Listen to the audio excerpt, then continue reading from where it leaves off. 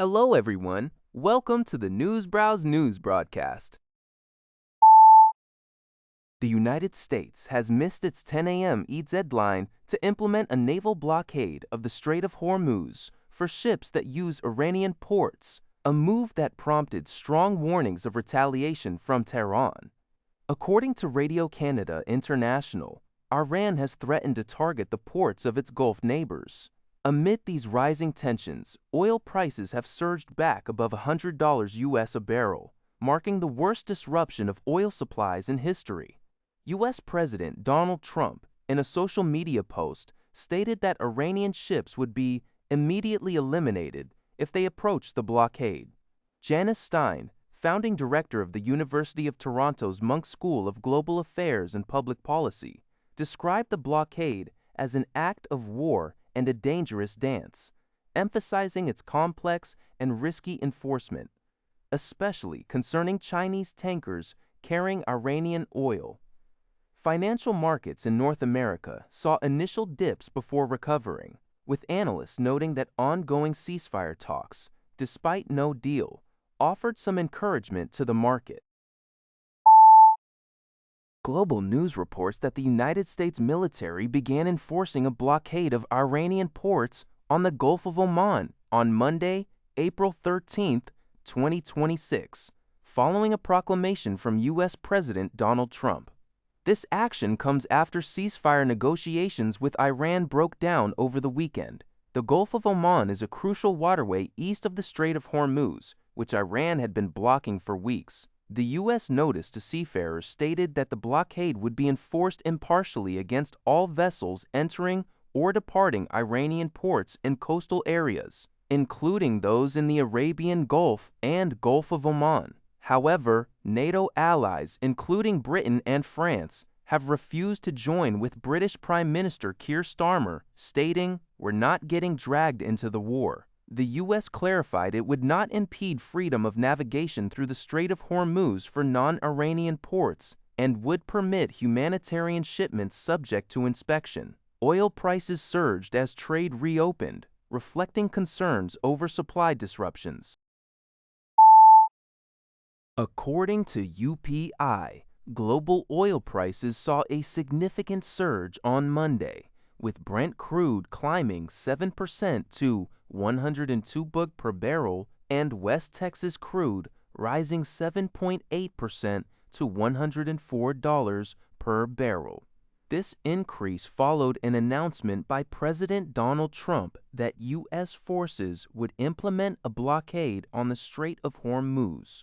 The decision came after negotiations with Iran, led by Vice President J.D. Vance, failed.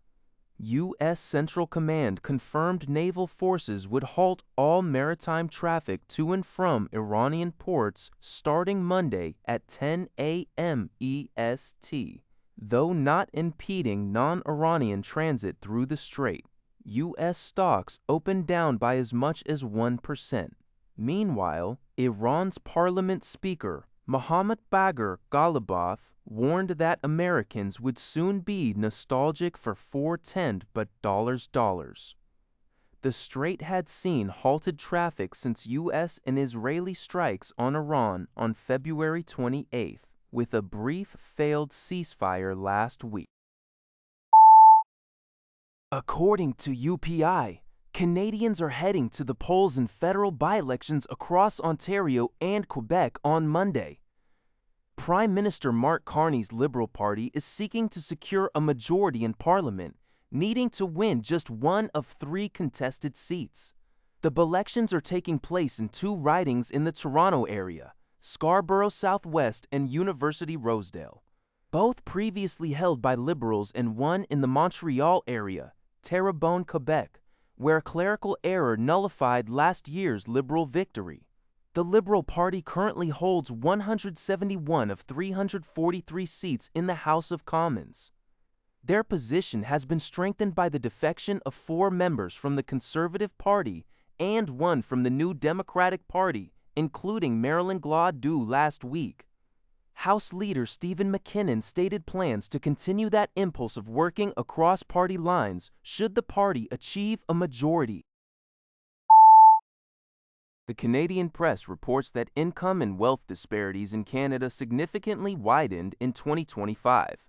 Statistics Canada data reveals that the income gap, measured as the difference in disposable income share between the top and bottom 40% of households, rose to 46.7 percentage points in 2025, up from 46.4% in the previous year. Furthermore, the wealthiest 20% of households collectively held 65.7% of Canada's total net worth, with an average of $3.5 million per household. In stark contrast, the bottom 40% of the wealth distribution possessed only 3% of the national net worth, averaging $81,650 per household.